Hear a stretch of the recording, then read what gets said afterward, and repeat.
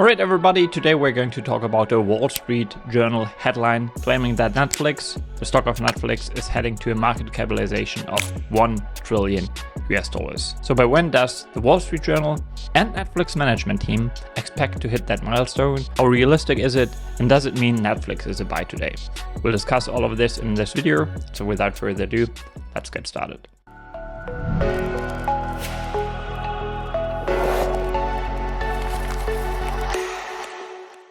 Alright everybody, so you see I have a couple of things prepared on my board here. So maybe we start out with the stock of Netflix. So surprisingly, as most of my viewers will know, stocks have been under pressure in 2025. Netflix is actually up for the year, up 5%.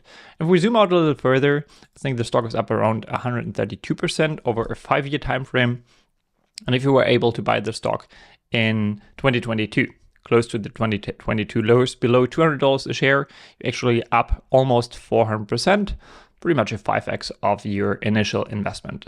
I should say that I used to be an owner in Netflix. I was actually buying Netflix in the range of, I think, $180 to $190 a share. So I was quite lucky, I guess, in my timing there. Unfortunately, I sold out too quickly. I sold, I think, at around $360 a share, if I remember correctly.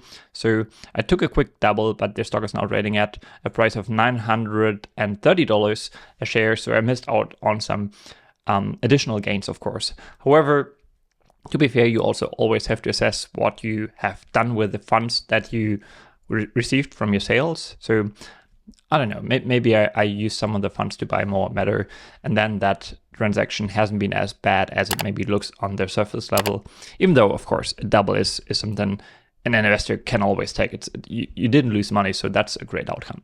So transitioning to the Wall Street Journal report. So you see the headline right here. Netflix aims to join the $1 trillion club. The streaming service shares financial performance targets with staff that underscores its dominance. And let me just show you this table here that shows which companies are already in the $1 trillion club. As of today, as of mid-April, we have 8 companies boasting a market capitalization of $1 trillion. We have Apple, Microsoft, Media, Amazon, Meta Platforms, Saudi Aramco as one of the few, I think it's not US listed, one of the few non-US listed companies, and then Berkshire Hathaway in spot number 8.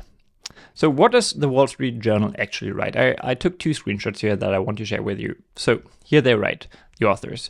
Netflix aims to achieve a $1 trillion market capitalization and double its revenue by 2030, ambitious goals that show its growing heft as the largest global streamer. Executives were optimistic about the company's growth prospects at the streamer's annual business review meeting last month, despite growing concerns on Wall Street about the economy and trade policy uncertainty. And then in the next paragraph, they do not only outline their revenue goals, but also their profit goals. So here they write or share, the executives of Netflix also have a goal of tripling Netflix operating income by 2030 from $10 billion last year, according to one of the people. And if you just do the math here, so the math is pretty straightforward. If you triple your operating income from 10 billion to 30 billion, you need to slap pretty much a 33 times multiple on that operating income to arrive at a market capitalization of $1 trillion. Now, what I will say and want to discuss here real quick is whether I think having that market cap goalpost is a good way to go about goal setting. And I think it isn't, because Netflix itself does have very little control over the market cap it is trading at. It has control over its top line and its profits, of course, but not the multiple the market then assigns to the company. I mean, over the long term, of course, if the business is doing well, developing favorably, making great business and capital allocation decisions, this will be rewarded by the market. However, the company may be able to hit its goals of doubling revenue and tripling operating income over 5 years and still not hit the $1 trillion market capitalization goal. So yeah, that's one critical comment I wanted to make here. Now, of course, Netflix is a fantastic business. So Netflix is one of the prime examples, in my view, for a business that is possessing a ton of operating leverage. So this is one infographic I share in my mentorship program, for example. And as you can see, I'm using Netflix as one prime example here. As revenue increases, the cost basis of the underlying business is not increasing at the same pace. At some point, Netflix is putting out so much content that it's not going to produce 50 more shows in any given year because you're producing too much content that no one will be able to consume anyway. And Netflix has clearly hit that spot already. The margin is improving time and time again. Every quarter, it seems like, or it feels like at least, the profit margin tends to go up because the cost basis is relatively fixed, whereas revenue with more users, maybe also new revenue models like the advertising model, continues to trend upward. So I think revenue, for example, is up from around 6 billion when I invested back in 2022 to more than 10 billion as of 2025. Now, on top of that operating leverage attribute, Netflix is of course also a quality business because it's producing recurring revenues. It's a subscription-based business model with consumers very reluctant to cancel their subscription. So if you compare, for example, Netflix churn rate to that of competitors, we recently looked at Sony as a business, for example, and Sony has this, I forgot its name, but the dominant manga streaming platform under its business umbrella, so to speak. Let me just look up what the name was. Yeah, it's called Crunchyroll. And I think the churn rate of Crunchyroll was around 8%, which is still decent. That's a decent churn rate. I think Netflix churn rate, at least when I looked at it, I think was trending upwards slightly back then, but it was in the range of 3 to 4%. So very low churn rate, recurring revenues, high quality business. That's what Joseph Carlson also lays out in this tweet here. So he said, Netflix is inevitable. That reminds me, and I think that's probably what Joseph Carlson is also alluding to here. There's a snippet or an article, I think it's taken from a Warren Buffett Berkshire shareholder letter, where he talks about the inevitable businesses that will inevitably become more valuable over time because they possess so many quality characteristics. So he writes, the runway for growth is long, the economics are great, the competitive mode is very wide. I agree with all of that. And that's why the recession fears, for example, shouldn't really worry investors. I think Netflix is a very resilient business, very recession-proof. And as I just said, even in a recession, I think people are unlikely to cancel their Netflix subscription, which is a low-cost, high-value offer, basically. Now, does all of this mean Netflix is a buy right now?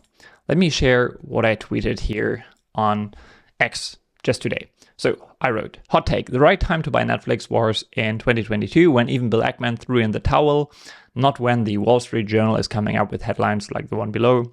The stock is up 5x from its 2022 lows. So if we just look at the valuation multiple, for example, right now, we see that Netflix is trading at a last 12-month earnings multiple of around 50 times, 47 times. So that's certainly not a multiple that gets me overly excited because a lot of things have to go right for the stock to do well from here. Of course, Netflix could double its revenue. It could triple its operating income over 3 years, which would be a fantastic growth rate. I would have to do the math on that. So a double of revenue is like 15 times, a 15% CAGR over 5 years. A triple will be even more than that, maybe 20%, or maybe even higher. I would have to do the math on that. So that would be great. But we would also have to assume that the market still rewards Netflix with a 33 times operating income multiple, as we highlighted earlier, which is quite a hefty multiple to put on any business. At some point, growth will slow. In fact, growth has already slowed for Netflix in the 2022 period. It re-accelerated now, but I don't know how sustainable high growth is for Netflix as a business because it's already a very dominant global business with, I would have to check how many million subscribers. So in the tweet I just laid out, Netflix was a buy in 2022. That's where I think the investment was pretty much a no-brainer. Of course, Netflix was going through a ton of challenges. A lot of things went right for the business ever since the transition to the ad model, the ability to re-accelerate subscriber growth. All of that was unclear back in 2022. But if we just do the math on the executives' goals for 2030 here. So if revenue doubles and the operating income triples, I laid out the math in this tweet here, that basically means that the EBIT margin, so the operating income margin, will expand to 40%. And if you were able to have the opinion with high conviction that at steady state, Netflix would be able to post 40% operating income margins. Well, back in 2022, when the stock was trading at a market cap of around 80 billion US dollars and posting 30 billion in revenue, slap a 40% operating margin on that, which gives you 12 billion in operating income. 80 billion market cap back then divided by a steady state profit, operating profit of 12 billion gives you around a 6 to 7 times EBIT multiple. That's a no-brainer multiple to pay for a high quality business like Netflix. Paying, what's the EBIT multiple today? Let me just check. Paying a 31.5 times next 12-month EBIT multiple for Netflix. I mean, it could work out, don't get me wrong here, but I don't think it's a no-brainer opportunity that would get me overly excited. So again, just to go back to Joseph Carlson here, he disagrees with me as he outlines in this tweet. I guess you can just pause the video here. So let me know what you think. Is Netflix an attractive opportunity here? Will the management team be able to hit its goals? And are we going to see Netflix trading at a 1 trillion market capitalization relatively soon? Take care.